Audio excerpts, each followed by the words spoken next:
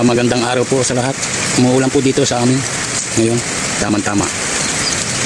Magluluto po ako ng ginataan. What? Bro, what are you talking about, man? Ginataan pong dalag.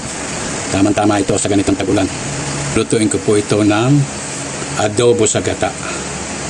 Masarap na naman ang kain ng kaoji.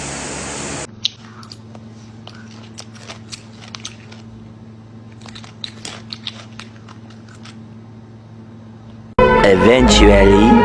Ito po ang mga sangkap niya. Ayan po. Meron po tayong luya. Yung tunay na luya, yung original na luya. At meron din pong luyang dilaw.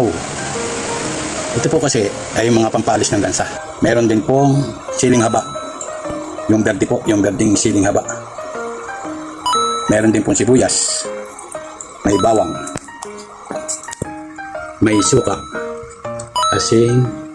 Toyo. Bechin at paminta. Ito po ay nabili ko sa palengke. Naka-plastic na po ito. Fresh gata po ito. Ito po ay halagang 40 pesos. Okay na po itong pangsahog dito sa tamang-tama. Ako po ay pagka nito, nagagata nito, ay nilalagay ko na po dito ang mga ricado. Kasi po ito ay ipapaksiw natin sa suka. Para lalong malis ang lansa. Pagka naluto na po ito sa suka, ay saka natin lalagyan ng gata. At ang gulay po na ilalagay natin ay itong mustasa. Nahugasan ko na rin po ito. Ito pong mustasang ito ay pagka naluto na yung isda, nilagay mo ng gata, saka po natin lalagay itong gulay nito. Few inches later. Ito po, simulan natin ang paglalagay ng ricado. Sa ilalim ko po ilalagay kasi para hindi po dumikit yung isda.